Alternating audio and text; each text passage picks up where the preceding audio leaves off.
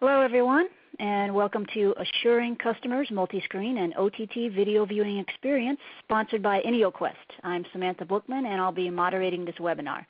Our speaker today is James Welch, Senior Consulting Engineer at IneoQuest Technologies. You can read his full bio on the right side of your window. Just a few technical notes before we begin. If you have trouble reading a slide, please hold and drag the right corner of the slide window to enlarge it. Please also disable your pop-up blocker to participate in the interactive parts of this presentation. At the bottom of the console, select the Download Slides button to view a PDF version of the slide deck. We'll follow the presentations with a Q&A session, so please submit your questions during or after the presentations using the Q&A box at the right of your window. Okay, let's get started. Jim, you may begin. Thanks, Samantha. Let's see, is this working?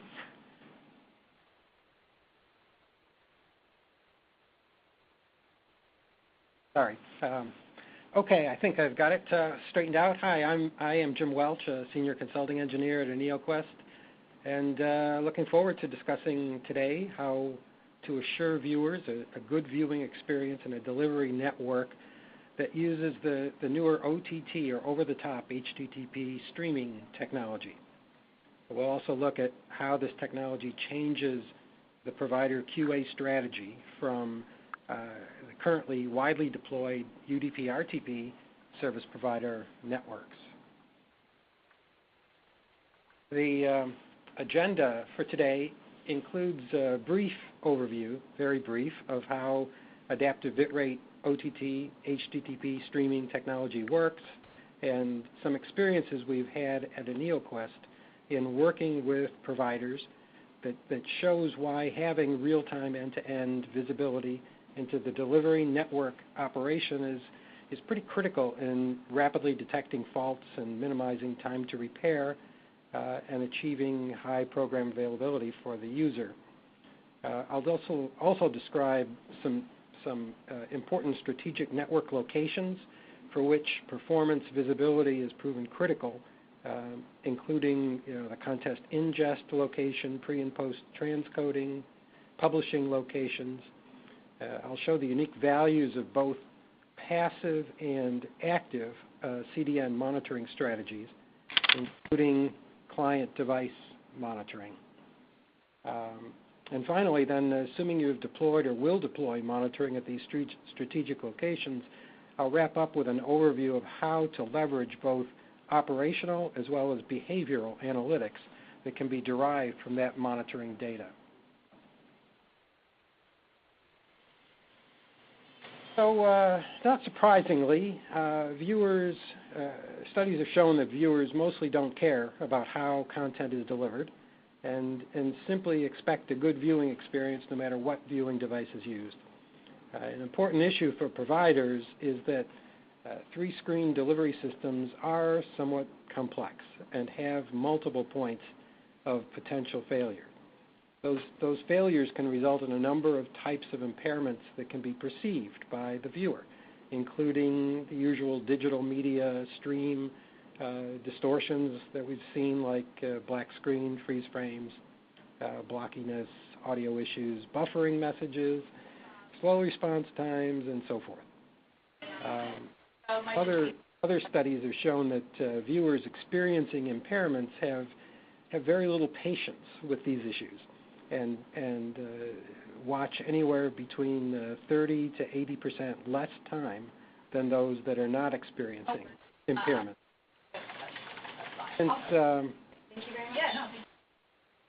Since advertising dollars spent closely track the time spent with a content source, the viewer dissatisfaction has pretty much a direct impact on revenue.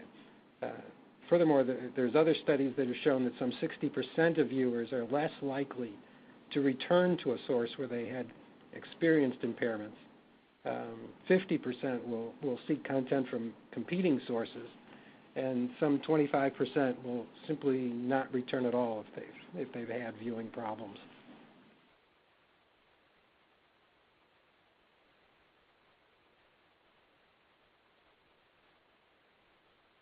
Okay, so this is a little complex, but TV everywhere networks are complex.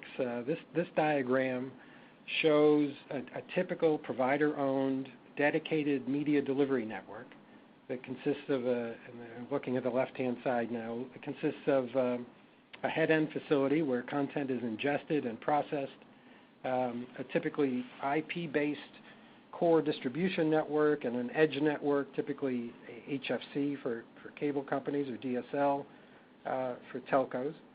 The contents distributed in this network to set-tops is now being additionally transcoded and segmented for distribution using adaptive bitrate, or ABR technologies, as shown below the most left-hand block diagram. More details about the ABR technology in just a couple slides. The ABR streams, as you can see in this diagram, are then published to an origin server and distributed using the same internet technologies as web pages are today, using a CDN, or a content delivery network. Some providers are using combinations of CDNs from multiple providers, like is showing on this picture. The CDNs make the content available to TVs, PCs, and smartphones. With the growth of smartphones and 3G and 4G LTE network bandwidth, the CDNs also are now feeding mobile core networks and base stations in the radio network, as you can see on the right side of this diagram. And just as providers are now monitoring their dedicated video delivery networks on a per-program basis for delivery performance in real time at strategic key locations, it just makes sense to extend the same strategy and capability throughout the ABR delivery network to get the same benefits of visibility and being able to rapidly troubleshoot.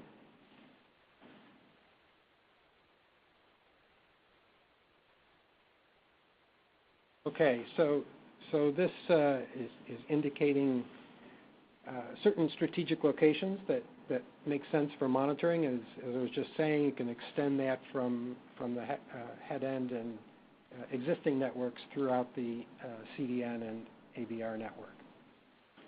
Now, today we're going to focus on mostly just the non-mobile network monitoring locations. Perhaps in the future we'll do another discussion about extending the strategy and ideas of this webinar into the mobile network.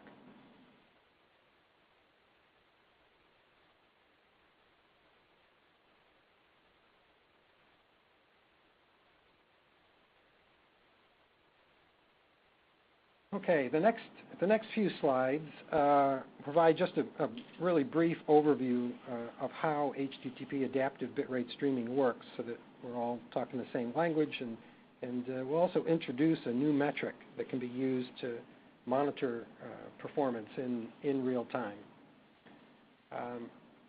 Using traditional UDP RTP over IP streaming on a managed network, in particular the bitrate, a particular bitrate is selected for the SD or HD stream. If I can make all these work. Okay, so you normally have a single bitrate for a particular stream. For example, an SD stream using MPEG-2, that bitrate might be 3.75 megabits per second. And the bitrate is selected, in this case, by the provider based on the allocated bandwidth for the particular channel, particular content channel, and is a trade-off. It's a trade-off between having a particular SD and HD channel lineup that does not overflow the amount of network bandwidth that's available, and also selecting a particular quality. A particular bitrate corresponds to a particular quality. If the bitrate is too low, then the quality suffers. If the bitrate is too high, then you can offer less channels. In the adaptive realm, the connection is actually more to a live session. if the client, if the bandwidth drops in the network, that is, the available bandwidth drops, then the stream can automatically transition to a lower bit rate. And if the bandwidth recovers, then the stream automatically uses a higher bit rate.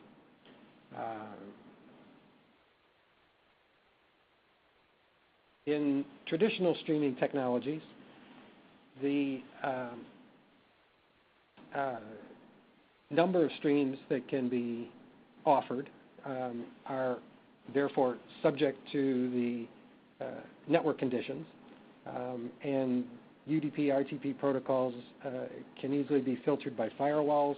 In the adaptive streaming, which is intended for internet kind of architectures, as it was showing on that original diagram, adaptive streaming uses HTTP progressive downloads, uses HTTP cache proxies, and it's capable of traversing any firewall or proxy server, because that's the way the current internet technologies are already functioning. So it just makes sense to piggyback on those technologies for delivering video, and specifically adaptive bitrate.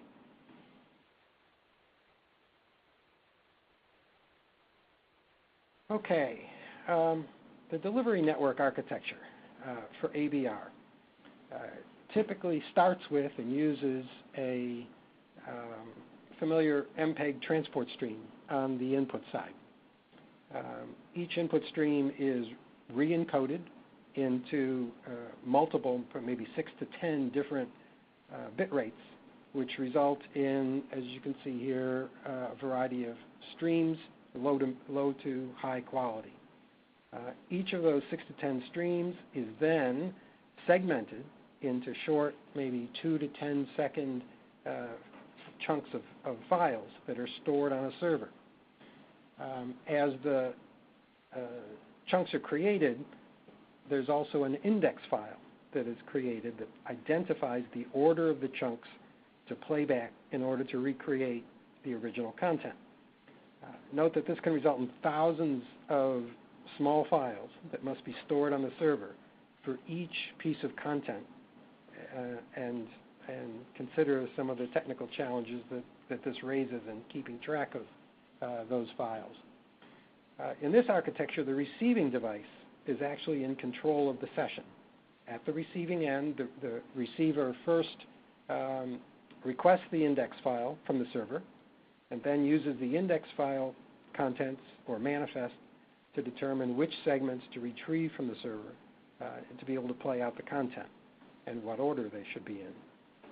If the receiver retrieves a particular bit rate segment quickly, that is, it gets the segment fast, then it indicates it's a good network connection, and the receiver might elect to request a higher bit rate segment next time for a better quality. Or if it takes too long to receive a particular segment, a receiver can select a lower bandwidth segment next. In this way, the receiver can adapt to the instantaneously available network bandwidth and always be able to play the best possible quality video for a given network performance. Each segment of the bit rate, or each segment of each bit rate, is created by the segmenter to allow seamless switching between bit rates. So there are no perceivable video impairments that occur as the player is playing out these different segments, except that if you get a higher bit rate segment, then you'll get better quality. So the quality will be perceivable, but there should be no other perceivable glitches or blinks or black frames. And in order to make the scheme work and be seamless, typically the audio bit rates are not changed to avoid any impairments during a quality switch. So this figure kind of shows that regardless of what the distribution environment is, whatever type of CDN you may have or radio network, the client device requests the files in order from the server and plays them out in order.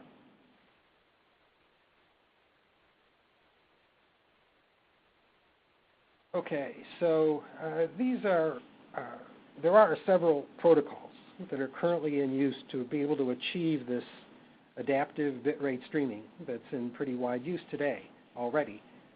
Two of the types are shown here, the HTTP live streaming, or HLS, that was designed by Apple, and smooth streaming, which is also known as Silverlight, designed by Microsoft.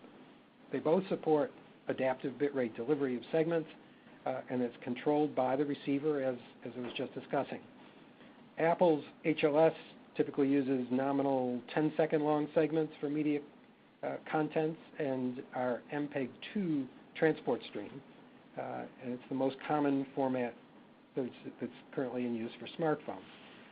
Microsoft Smooth Streaming uses nominally 2-second long segments, and the media contents are MP4s, base media file format, as described in the ISO IEC 14496-12 standard. Apple has described the HLS in an openly accessible series of IETF Internet Draft documents. Microsoft has published much of the detail on Smooth, but both remain proprietary to those companies. And there are also other proprietary protocols in use.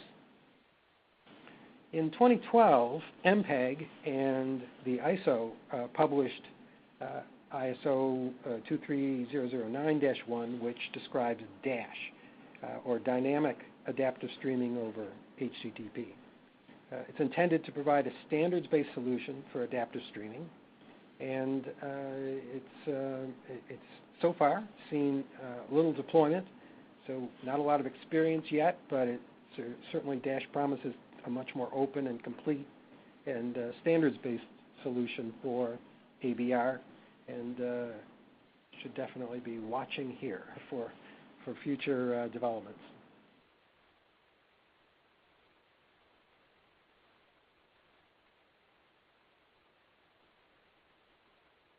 There it goes. Okay, if you're new to adaptive streaming, adaptive bitrate streaming, and what the last few slides are relatively new information to you, then you ought to check out this website. I'll just throw it out here, nothing to do with it, but this site allows you to select.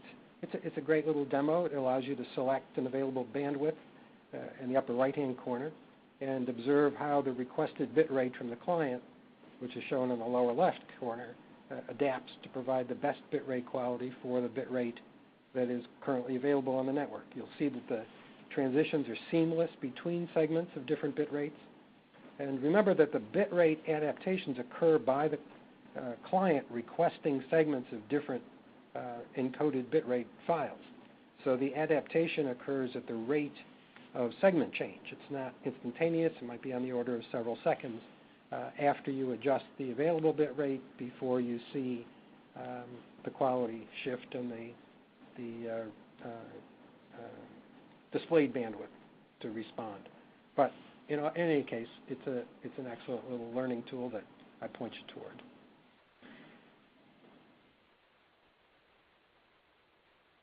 Okay. This next section describes the VeriStream metric, which is used to evaluate the performance of an ABR stream in real time, regardless of the specific protocol that is being employed.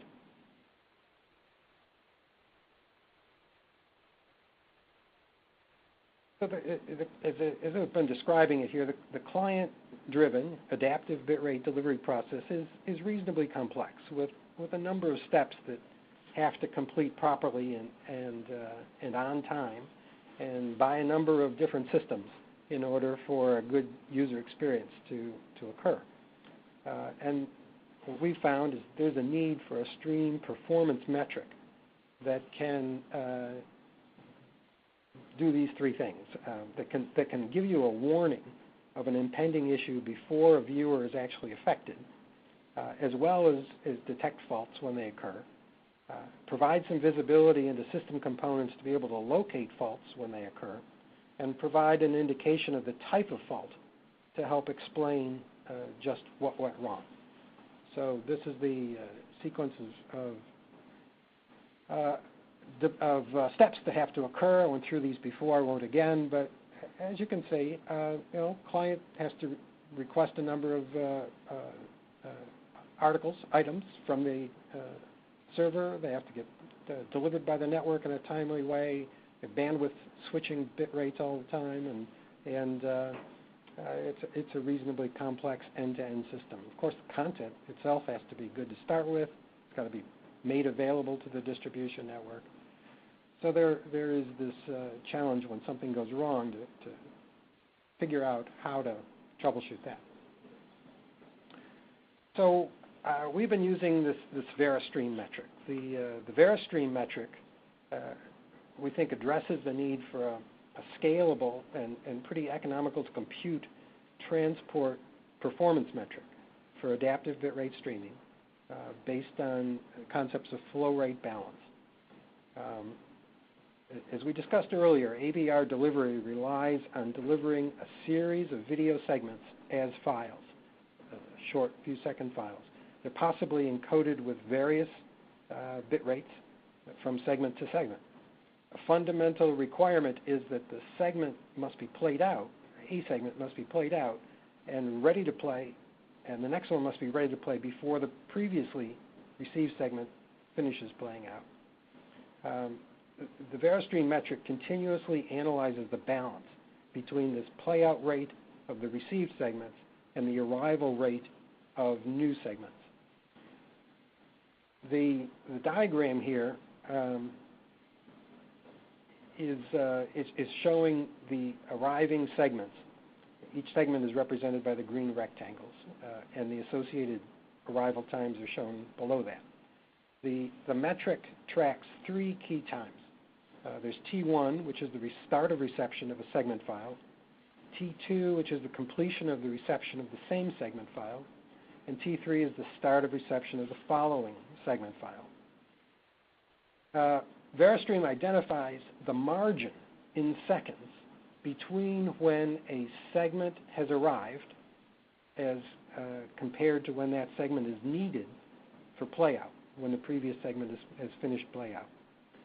More margin means that the network systems are delivering the segments rapidly, and the player is able to show segment after segment without any interruption. If there's no margin, then it means the playout is in danger of needing a segment for playout before it actually arrives. So there are two flow rate balances used in this metric, as shown here in this diagram. The first is FRB sys, or flow rate balance for the system, which reflects the margin from when the client requires the segment to when the player actually received the segment. This will reflect delays in the client requesting the segment, delays in delivering the request to the server and network response times, all those kind of contributors. The second flow rate, or flow rate balance, FRB FT, FT for file transfer. FRB FT reflects the margin between the segment actual transfer time on the network to the time when the client requires the segment as determined by the previous segment's playout time. Since FRB FT is dependent only on the start to end of file reception, other system issues like client delays and requesting the file or slow server response times and so forth are minimized, and the specific performance of the network effects, are highlighted. So we've got these two contributors, two factors that are used to create the VeriStream metric, one focused on network performance and the other on system performance. So to simplify things, it's the combination of FRB sys and FRB FT and their mathematical sign and magnitude that gives you pretty considerable information about the current condition of the media display with AVR techniques using HTTP streaming. The table here shows 5 possible states of the two measurements, and we add some color coding of each state to simplify the interpretation. For states 1 and 2, which are coded red, then these states reflect underrun.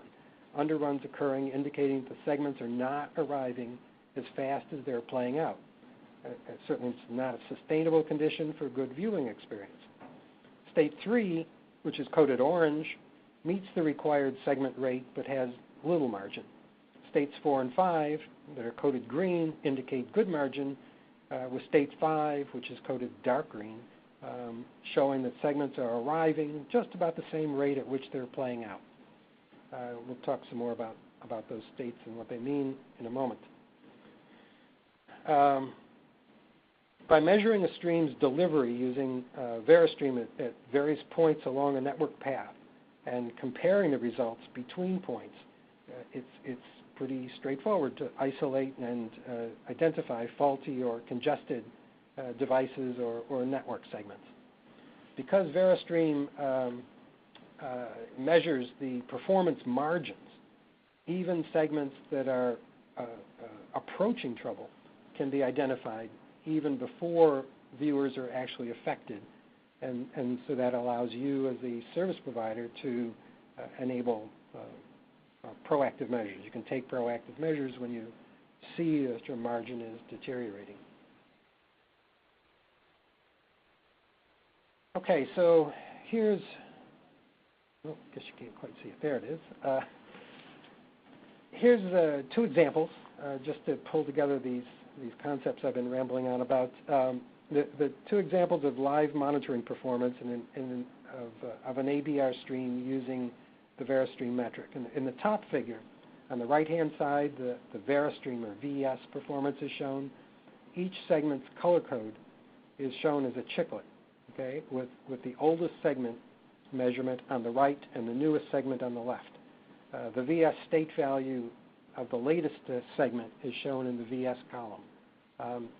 This stream just happens to be coded as H.264. So the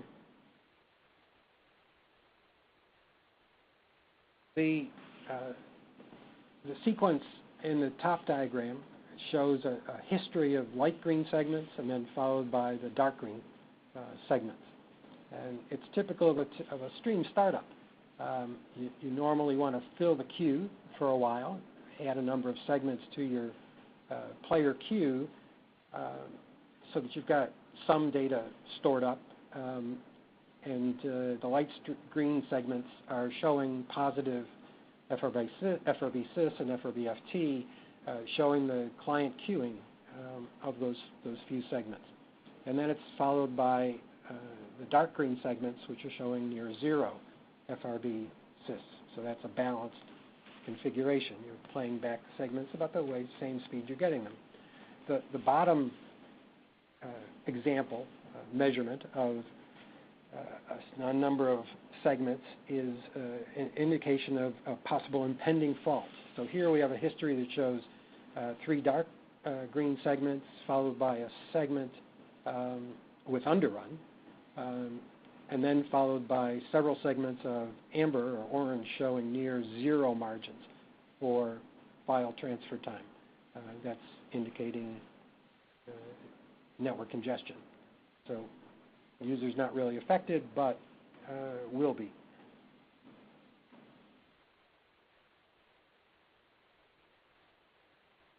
Okay. So next, I'd like to switch topics a little bit. I'd like to further highlight some of our experience with provider networks and the need for performance visibility throughout the delivery network. As we discussed earlier, when systems seem to be working okay, it's easy to dismiss a need for a detailed system performance analysis. But when something goes wrong, it always seems like one can't get enough information about how each system and network segment is performing. So, we've kind of realized that monetizing video is hard. There's a lot of unknowns, as the slide shows here. Questions about what was the viewer's video experience. You'd like to know, what they were watching. Did they act on what they watched, especially for advertising purposes? If not, was it due to perhaps the quality issues? Was it due to unavailability of content? And this is all these questions are are present in the environment of evolving standards, new protocols, delivery platforms, everything shown on this slide. So bottom line, loss of visibility. If you can't tell what's going on in the network, you have quite a loss of control and therefore a loss of opportunity dollars.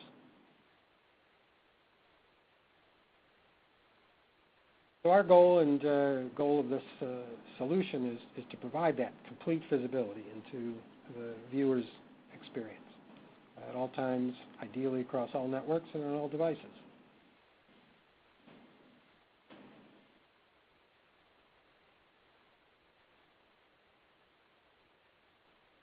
These are some of the strategic locations that we have found pretty useful when trying to determine or get visibility in an end-to-end network when something goes wrong. You'd certainly like to know about ingest locations, quality of inbound streams. You'd also like to be able to monitor pre and post encoding, since there's a lot of encoding and re-encoding that happens, as we discussed earlier. At the transcoding stage, you'd like to be able to see whether those transcoded streams were properly published to the origin servers, and talk in a moment about passive and active CDN monitoring, as well as client device monitoring. So these are all key locations.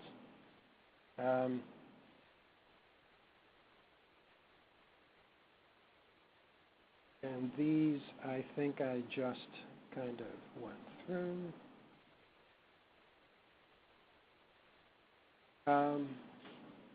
We talked about the need for why looking at the transcoder is so critical. I mean, so there's a lot going on there. New versions, many new versions of each original input stream are created. Each of those bitrate variants need to be able to be switched, so there can be synchronization problems. Segmentation then can introduce QoE problems. Frame errors because you're missing particular file segments, or stale, not updating manifest files, segmentation errors.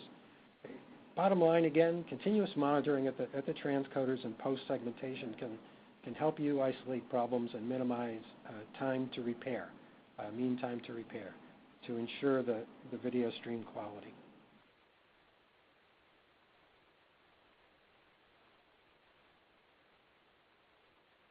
Okay, since HTTP streaming, as I mentioned earlier, is controlled by the viewer's client device, each viewer creates a unique session to be able to retrieve a video asset. And so far, we've been focused on delivery performance, or what we've been calling operational analytics. But monitoring ABR sessions also provides an opportunity to acquire behavioral analytics, as is shown in this diagram. A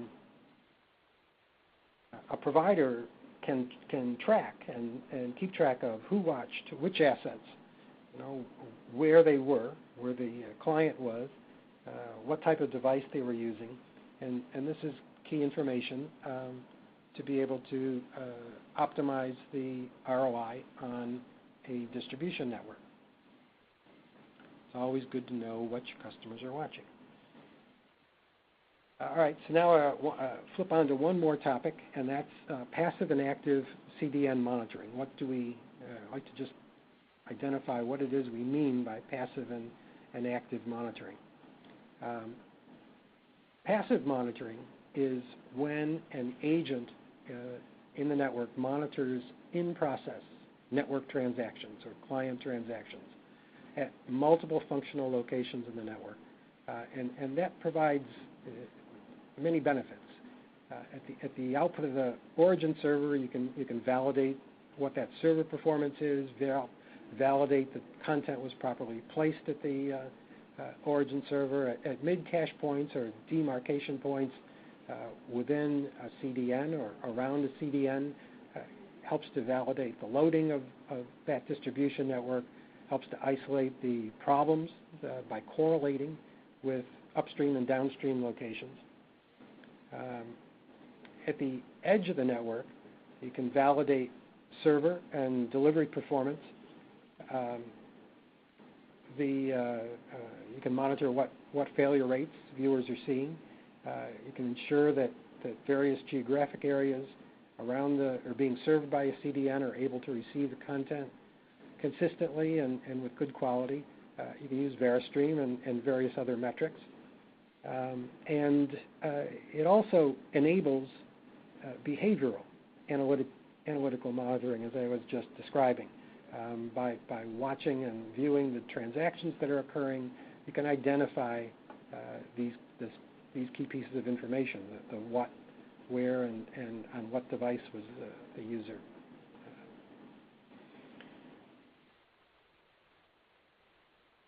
Okay, active monitoring is it's when an agent actively requests server assets. So this is not just passively watching the users, but where the agent is actually actively requesting content. You can quickly find issues that would be very difficult otherwise. That you can verify whether all the content is available from the origin server and the CDN. You can track the state of manifest and index file updates at edge locations. You can look for missing file segments, files that are not available at the edge in time due to timing issues within the CDN. So active monitoring provides you some new capabilities.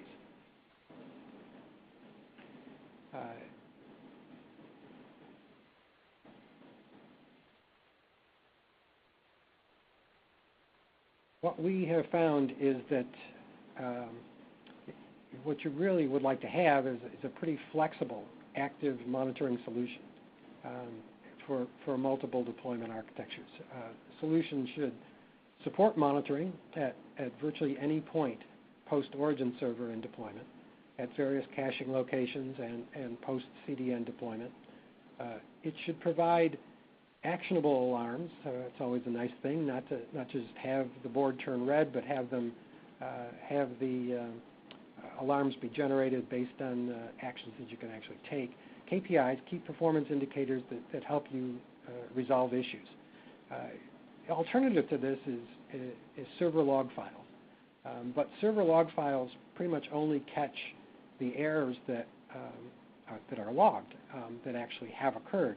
They can't provide you the proactive information that an active monitor can do for you.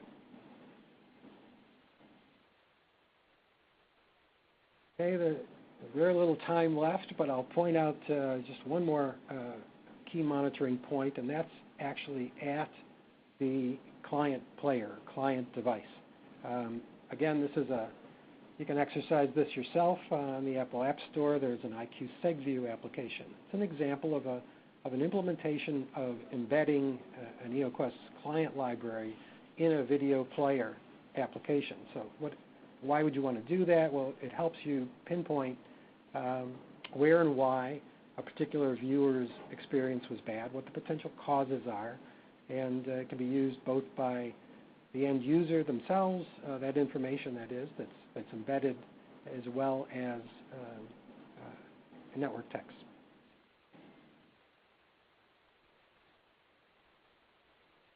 Okay. Throw this out just briefly.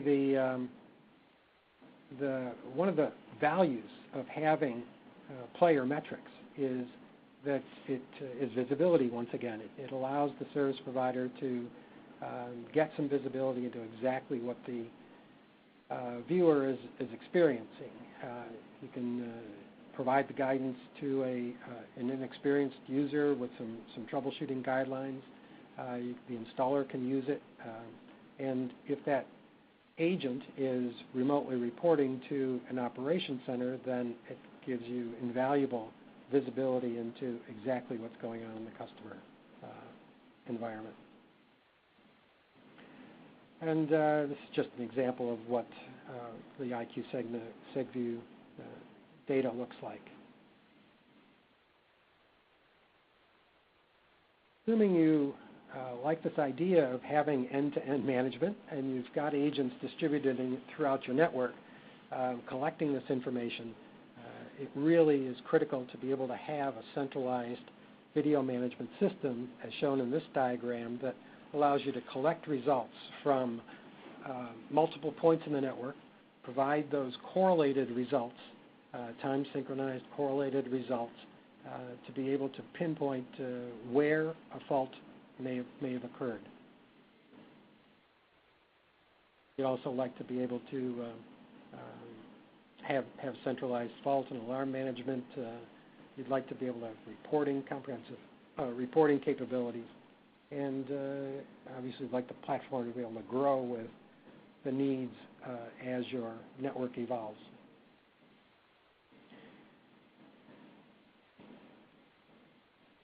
I'll mention this one more time, the difference here between operational analytics, where most of this talk has been focused on being able to improve delivery of services and provide isolation of key issues.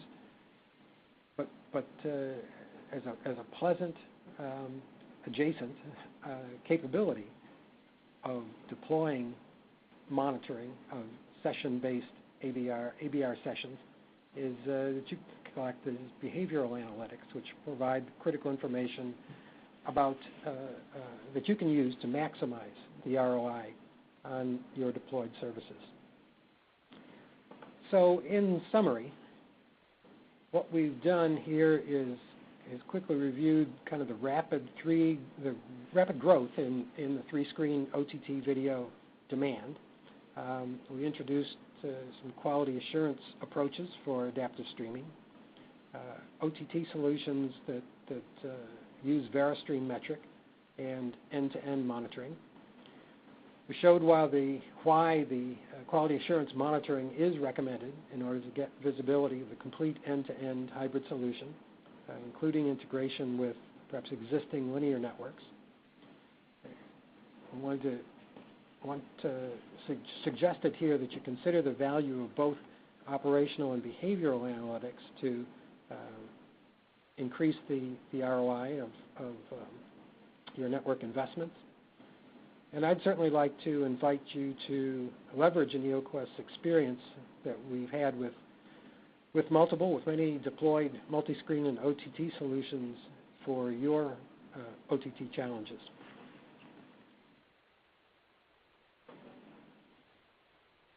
And with that, Samantha, we're open for some questions. Great.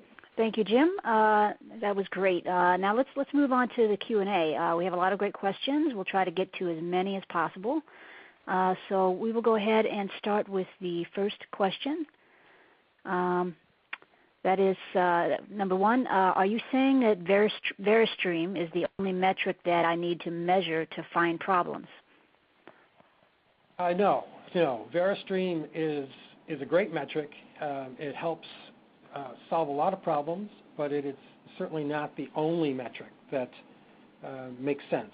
There's the measurement agents that I referred to throughout this talk keep track of many typical HTTP error conditions, server error conditions. What you want to use is VeriStream in conjunction with a variety of other more standard metrics that are used in data networks. Oh, and also the QoS, quality of service, and quality of experience, QoE metrics that make sense for analyzing content, like would be used in conventional UDP and RTP streaming networks. Okay, great. We'll go on to our second question. That question is, my network uses 10 gigabit connections. Do your probes work at these rates? Absolutely, yeah.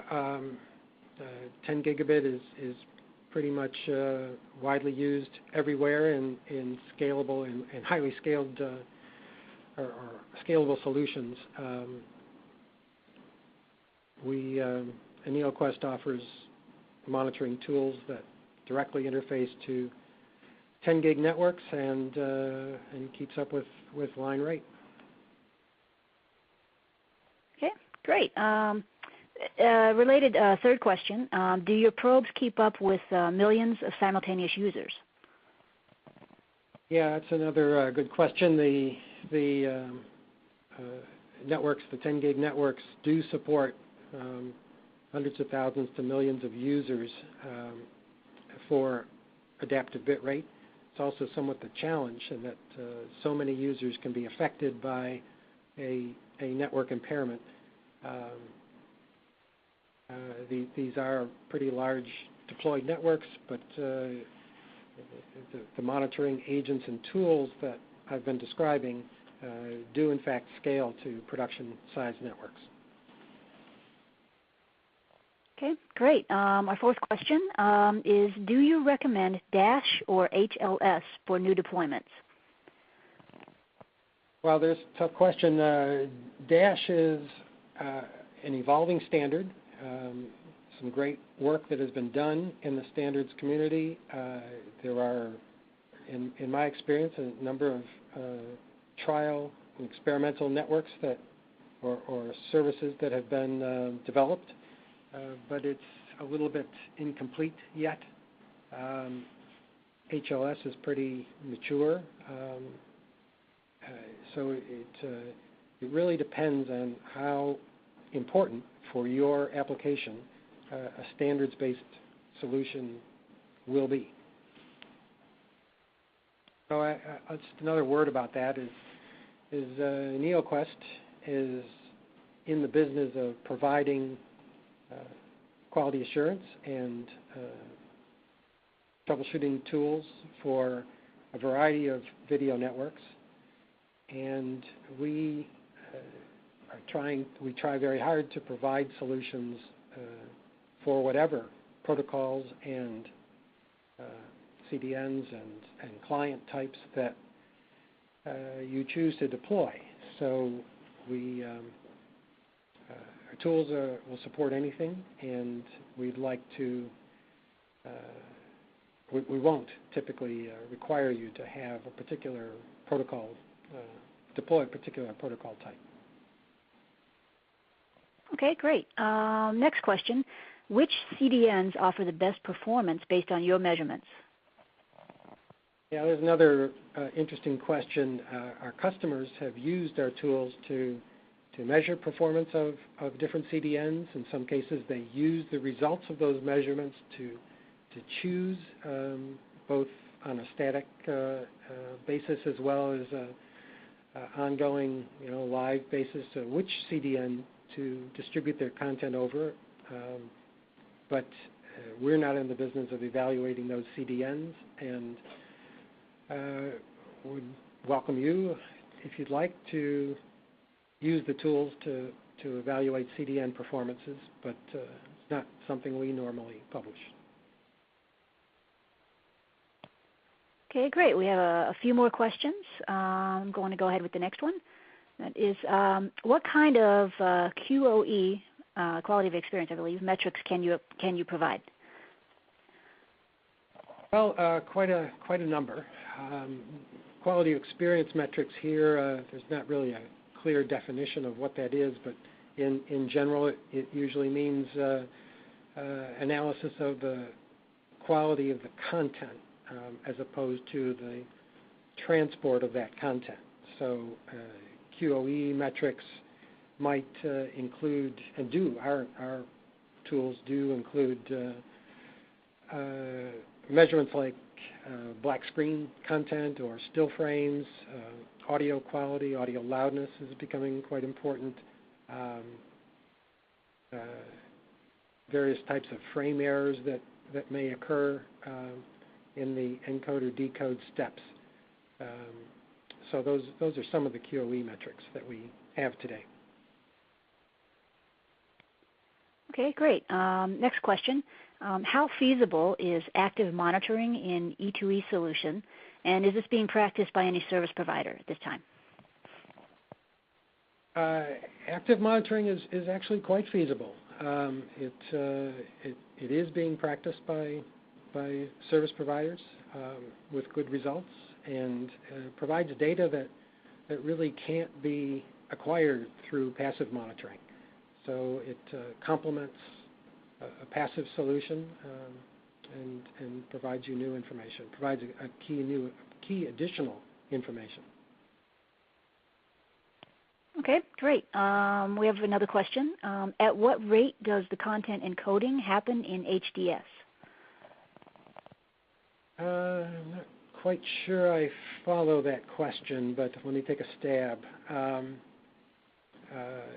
Content encoding the bit rate of the encoded content at the ingest or transcoder can range over quite a spectrum, and it varies depending on the client device that is targeted.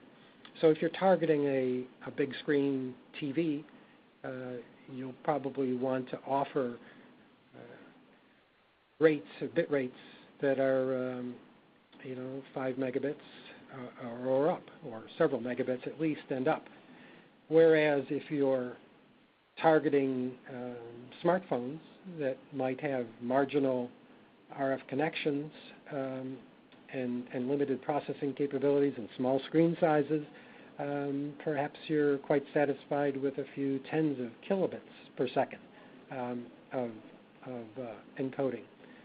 And if you're targeting devices, multiple devices that range from both, from the low end using small screens and smartphones to PCs and to big screen display devices, then you may very well choose to have quite a number of bit rates ranging from the tens of kilobits all the way up to several megabits. So those are the rates. I'm not quite sure if that's what the questioner was getting at, but those are some of the experiences that we've seen. Okay, great. Well, it looks like we have one more question. Actually, no, we have actually two, if you don't mind, if we could squeeze two in here. We have one question. Do you provide QoE metrics for the Mediaroom?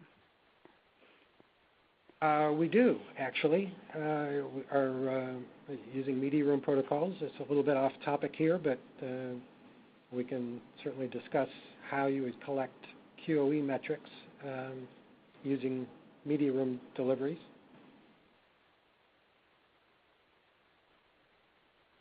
Okay, great. And then we'll make this our final question, and then we'll be wrapping up the session. How is the bit rate determined by the type of the device? Well, if you're talking about client device here, the client device would choose a bit rate. First of all, it would collect that index file to know what bit rates were available. It would then use an algorithm that analyzes what it thinks the network is capable of delivering, and then choose a bit rate that provided you the best quality for that available network bandwidth. So that's how the client would decide. Now on the server side, or in the transcoder that is actually creating the bit rates that the client can choose from, it's a bit more complicated. You as the service provider may choose to emphasize the capabilities of certain client devices. For example, if you as a provider want to target Apple phones, you know the dimensions of the screen, the typical display characteristics, and so you might very well create bit rates that optimize the image for that particular type of screen. Alternatively, if you're targeting big screen TVs of a certain size or a certain capability, then maybe you create bit rates on the encoder side, on the transcoding side, that are optimized for that particular kind of playback device. So it's a two-sided question. One is how the client chooses the bit rates that are available, or from the bit rates that are available, and the other side is on the provider end, what bit rates to make available. And that's kind of a quick summary. Okay, wonderful. That'll be our final question. Thank you, Jim. We had a lot of great questions today. We couldn't get to them all, but we will be getting back to everyone who submitted personally after the webinar. So thank you for attending this fierce live webinar and submitting so many great questions. I'd like to thank our speaker, Jim Welch, for participating, and IneoQuest for sponsoring today's webinar. This webinar has been recorded. You'll be able to access the recording within 24 hours on the same page that you used to register for this event. Thank you again for joining, and we look forward to seeing you at future events.